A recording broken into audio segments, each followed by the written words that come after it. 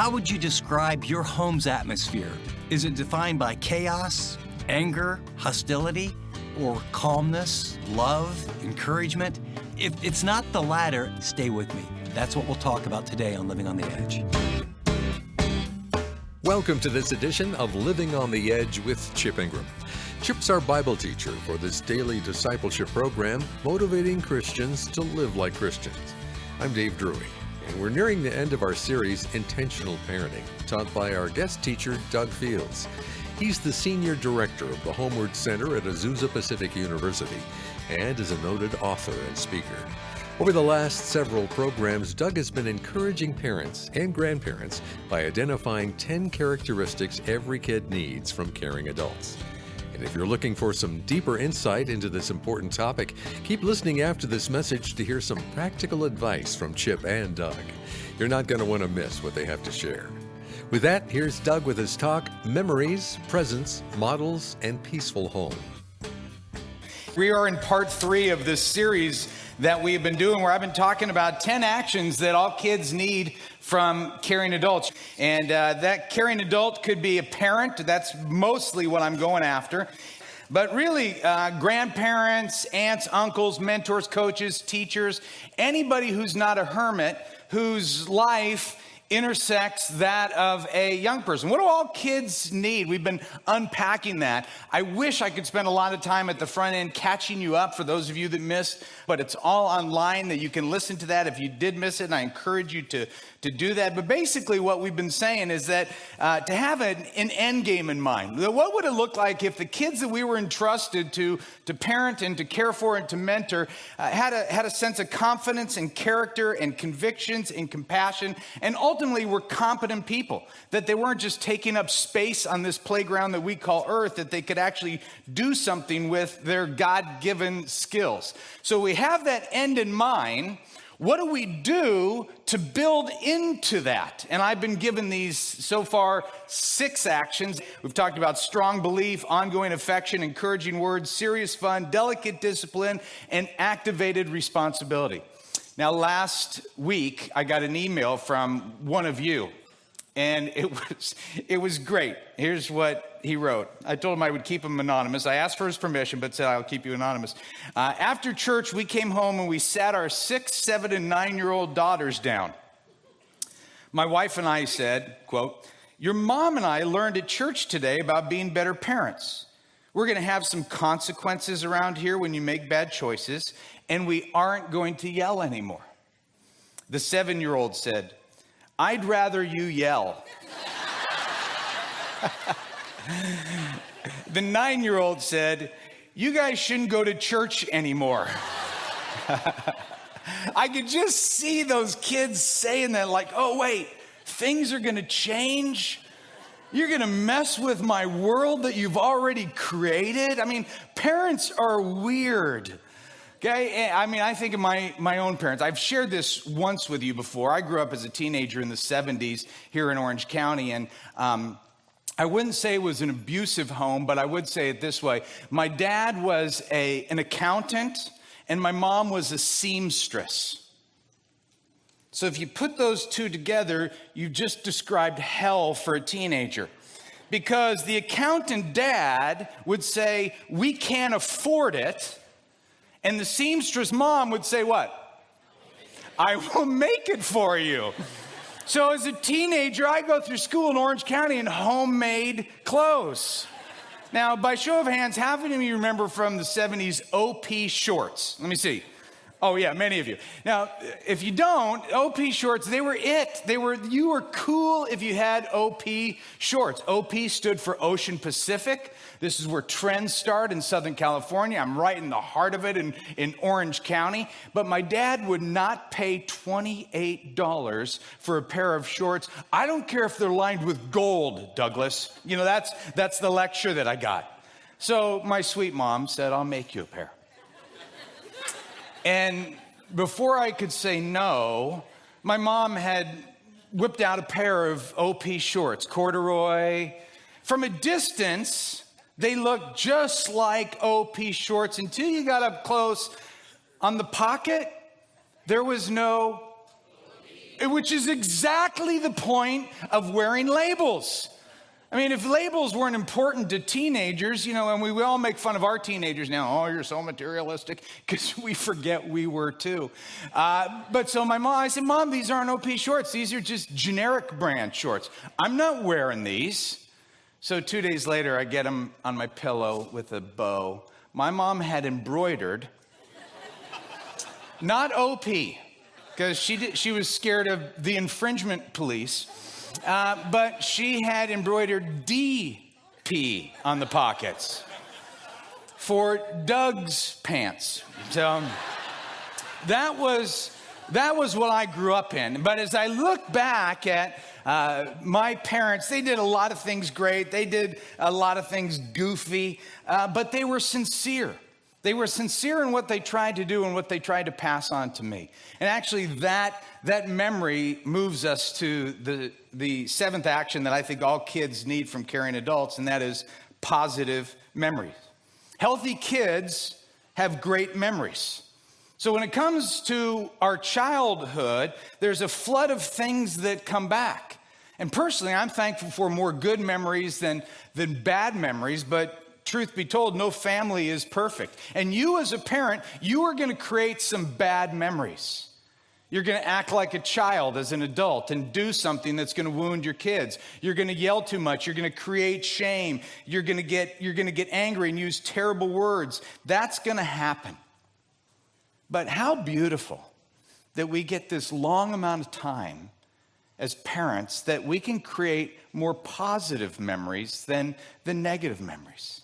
Because in addition to my mom making my clothes, I can actually see things in my mind when I go back to when I was 4 or 5 years old learning to ride a bike. And I can remember my dad pushing me from behind the bike, and I can still remember my mom clapping, partly because her arms bicep thing just wiggled. I mean, everything clapped when my mom clapped, and I still remember the joy on her face. I remember my dad coming home from work one time. He had taken my tennis racket to get it restrung. And instead of getting it restrung, again, my accountant dad, he brought a brand new tennis racket. And I just remember the thrill of being surprised by that. I remember my mom was at all of my games. I could hear her cheering, which was easy because I sat on the bench. But I could still hear her. I can remember my dad coming home and shooting hoops with me in the front yard or playing catch, and he wouldn't even take off his suit. I mean, some days when he had a bad day, you could tell. It's like, Douglas, let me go change. But I have that memory of my dad coming home, getting out of the car, bam, catching the football, shooting hoops in a suit.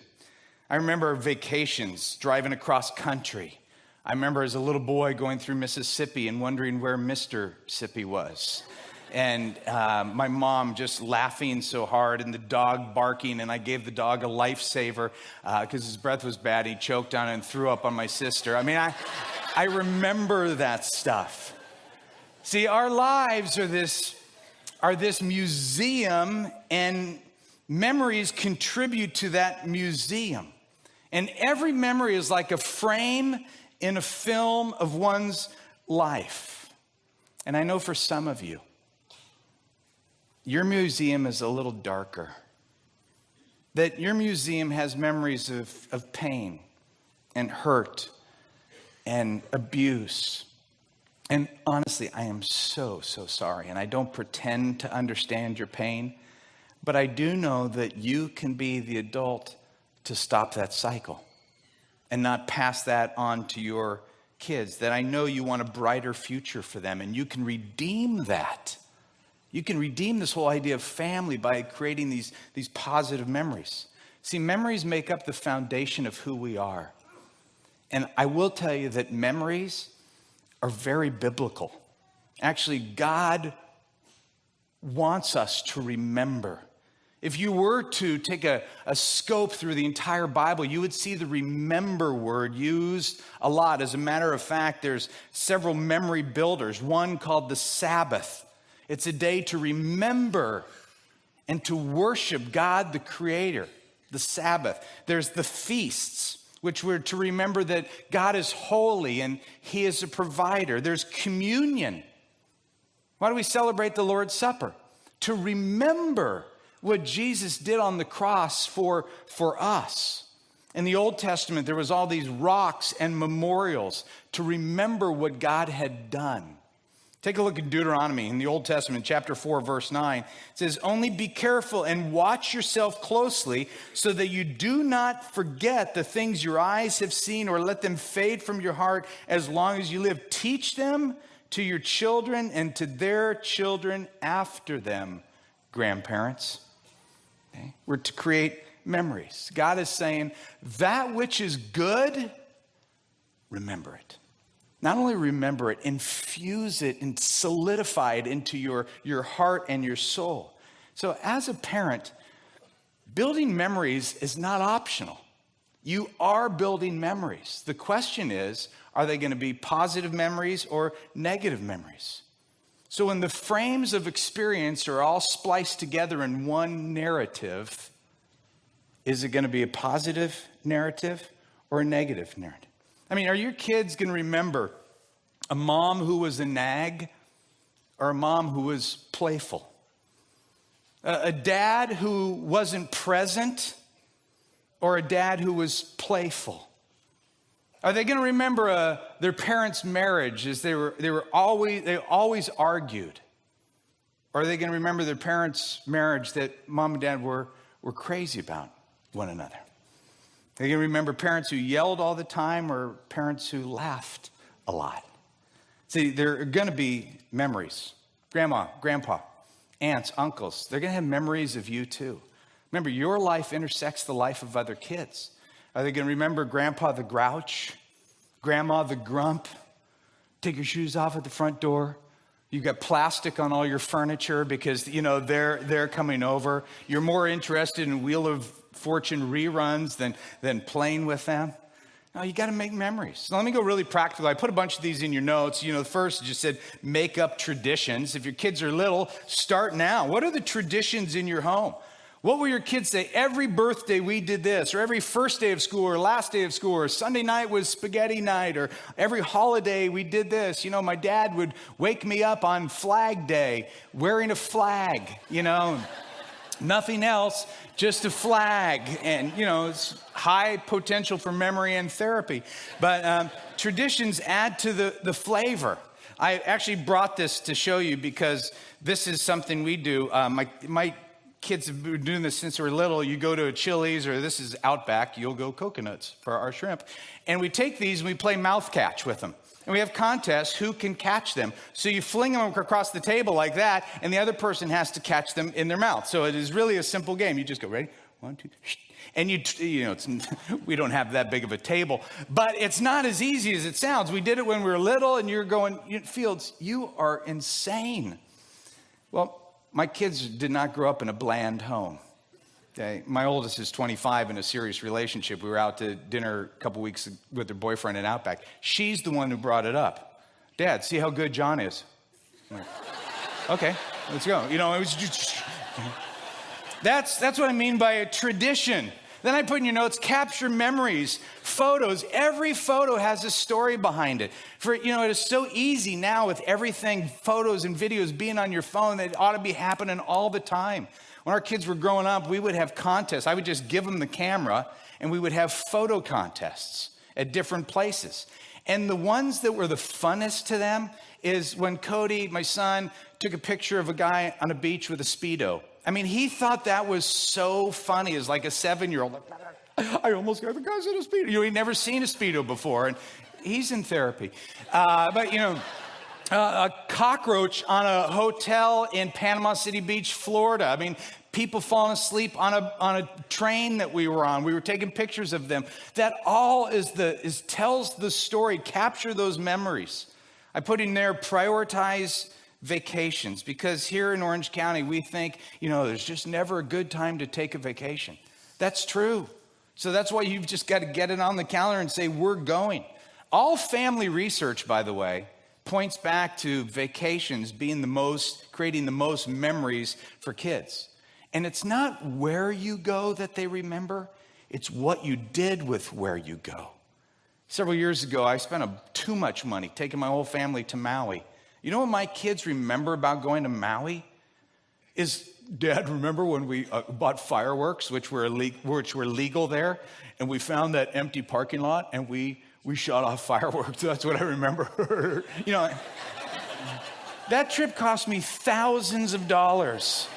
I could have done that in Barstow and been an innovator, okay? So you prioritize vacations. I put there, create adventures. What are the adventures? For us, every spring break, we take our kids to Mexico and work in an orphanage or those who are less privileged, taking jackets to homeless people on Sunday nights, going grunion hunting at midnight. If you don't know what grunion hunting is, look it up. You can all do it at the beach. If you have boys, anything that expresses intrigue or mystery or danger or automatic weapons, all that stuff. My son's birthday, when he graduated high school, I had kids coming up to me, Mr. Fields, do you remember that time when we were they all remembered me. I have some friends who live in Kodo, and at night we would sneak onto the Kodo golf course. And dressed in camouflage, face paint, we had a pillowcase and a flashlight. And you go golf ball hunting. And it's not going to make sense to you until you try it. But when you put your flashlight in a bush, all of a sudden the golf balls just light up like Easter egg hunts. And we would walk out of there with hundreds of golf balls. So memorable. I think it's illegal.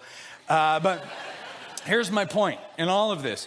Your kids would rather be in a beat up, broken Volkswagen van headed toward adventure than a really nice Mercedes parked in the driveway. Okay? That's my point. How else you create memories and start this as soon as you can is start writing your kids letters. Write letters. Why? Because at some point, here's what they're going to ask. Does anybody love me? Does anybody even know I'm alive? There's tension in my life and stress and pressure. And does anyone even care about me? And then just imagine them having a box full of letters from mom or dad or grandma, grandpa, aunt, uncle, coach, mentor, teacher. Here's exhibit A.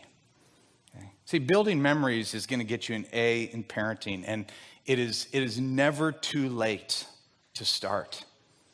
I mentioned in the first message that my mom died a couple years ago in hospice, right in the home. And as my mom was dying, she knew she was dying. She knew she had just weeks, if not days, to live. What was interesting about her is that she never said during that time, as she's surrounded by her kids and her friends and just these sweet people that had invested in her life, never once said, hey, Doug, would you go to the attic and get me all my bowling trophies and just surround them? Could you wrap me up in all the quilts that I made? Could you bring me a PowerPoint presentation of my 401k and a pie chart? None of that. You know what? When mom died, it was photos, it was stories, it was memories. Everything summing up your life. So, my point, memories matter. And good parents make intentional memories. All kids need that. Number 8, what all kids need in caring adults is they need consistent presence. Consistent presence. The way you spell presence is T-I-M-E. One of the major contributing factors to healthy kids, when you investigate their life, it's present parents. That kids need your time. And I realize it is very difficult to see tangible results when you give them time, especially when they're little. But presence is so crucial to their development. And I know there are some of you in here, you subscribe to the theory of quality time over quantity time. And if that's you, let me just tell you, you're wrong.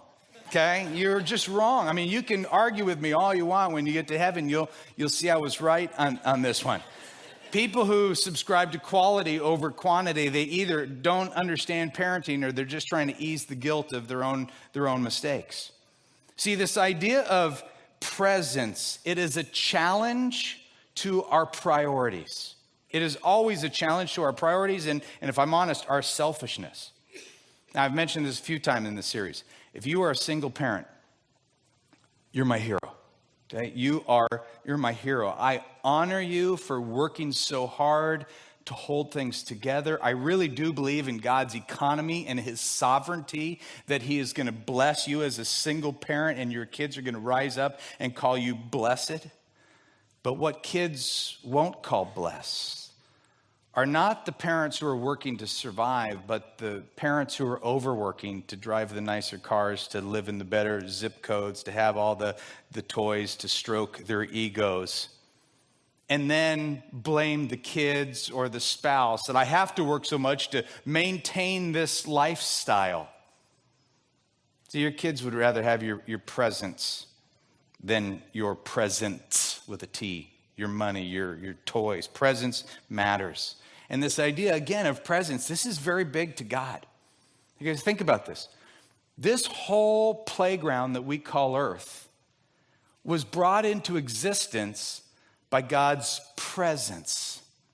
Then God said, I love humanity so much and I want to restore humanity to me. God became present in the person of Jesus, the God-man. Take a look, John 1:14. So the Word, we're talking Jesus here, the Word became human and made his home among us. We can stop there. The Word became human and made his home among us. Now, watch what happens then.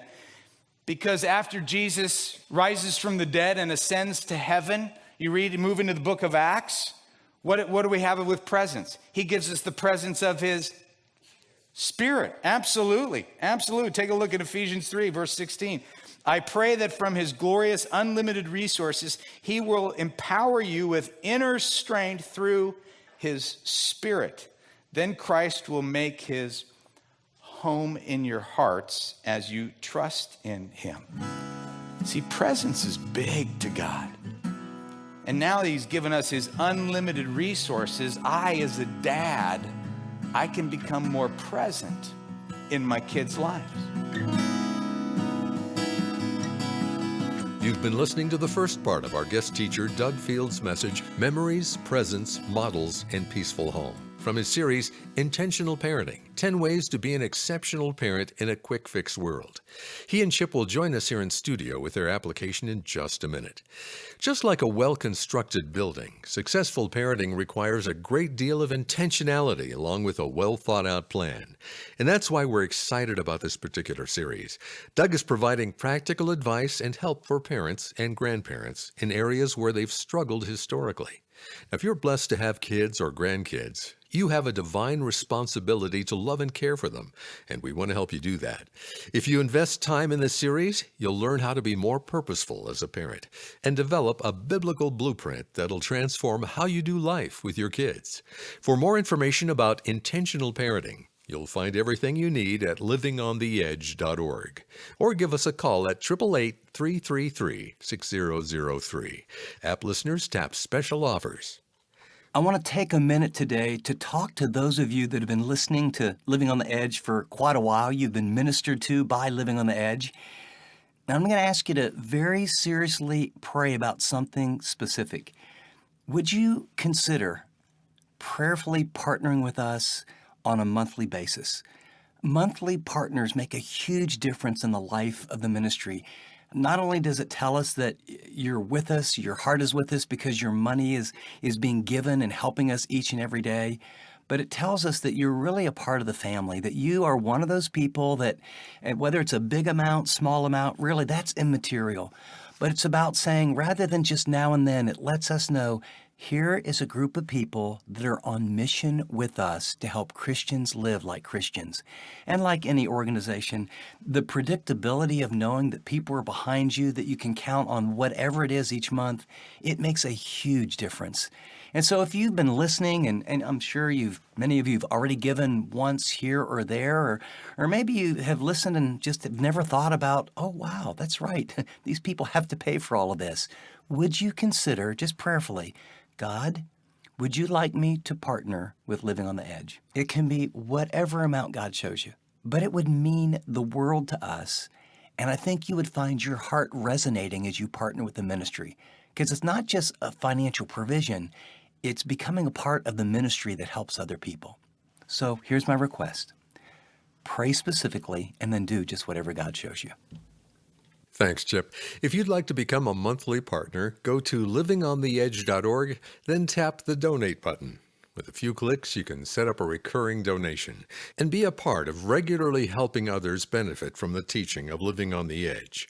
Or if it's easier, give us a call at 888-333-6003 to learn how you can become a monthly partner with Living on the Edge. App listeners, tap donate. Well, now here's Chip and our guest teacher, Doug Fields, with some final application. Doug, as we wrap up today's program, you talked about parents being present in the lives of their kids. And you said that the way you spell love to a child today is T-I-M-E. And you know, parents are busy, there's careers, there's sports, there's traveling teams, there's school. It is really easy to provide things for our kids and not spend time. And what I found, you know, I don't know about you. In fact, I'd love to hear maybe how you have done that.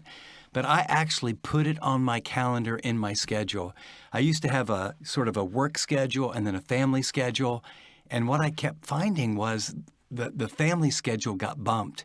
And I finally said just one calendar, and I actually had dates and appointments with my kids, dates and appointments with my wife, and then some times that this would be family, all of us together. Could you just give us some practical, how could we get that more operational, and maybe even touch on, if you will, what are some of the lies that we believe that we don't spend time and we substitute other stuff instead of it? Well, first off, that's a great idea, Chip. I mean, one calendar that includes all the family activities is a very practical reminder of the how in spending time with family. And this idea of time and presence in a child's life is very important. And it's also the one that creates so much guilt with parents. And I get it. I mean, we're all busy. We have lots to do, and so do our kids. And in our book, Intentional Parenting, we talk about this idea of consistent presence rather than constant presence. And there's a big difference there. See, most of us can't be constantly present in our child's life because we have job and career and responsibilities, but we can be consistently present in their life. And there's no question that to even be consistently present, it requires great sacrifice. And sacrifice is at the core of parenting. That's what intentional parents do.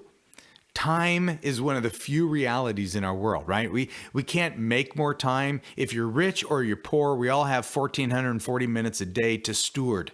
No more, no less. And those 1,440 minutes, they force us to calendar and plan and sacrifice. So you look at your calendar every week and make sure you have family time blocked out. Don't allow the lies that we need more of this thing or this stuff or a bigger house or this boat, because that lie will cause you to work more and you're going to miss out on being with your children. Intentional parenting requires sacrificial choices. You know, a great way to stay engaged and connected to Chip and Living on the Edge is with the Chip Ingram app. You'll get free access to all of Chip's recent messages, his message notes, and much more. And not only that, but it couldn't be easier to call or email directly from the app. Well, be with us again next time when our guest teacher Doug Fields continues the series Intentional Parenting. Until then, this is Dave Drury saying thanks for listening to this edition of Living on the Edge.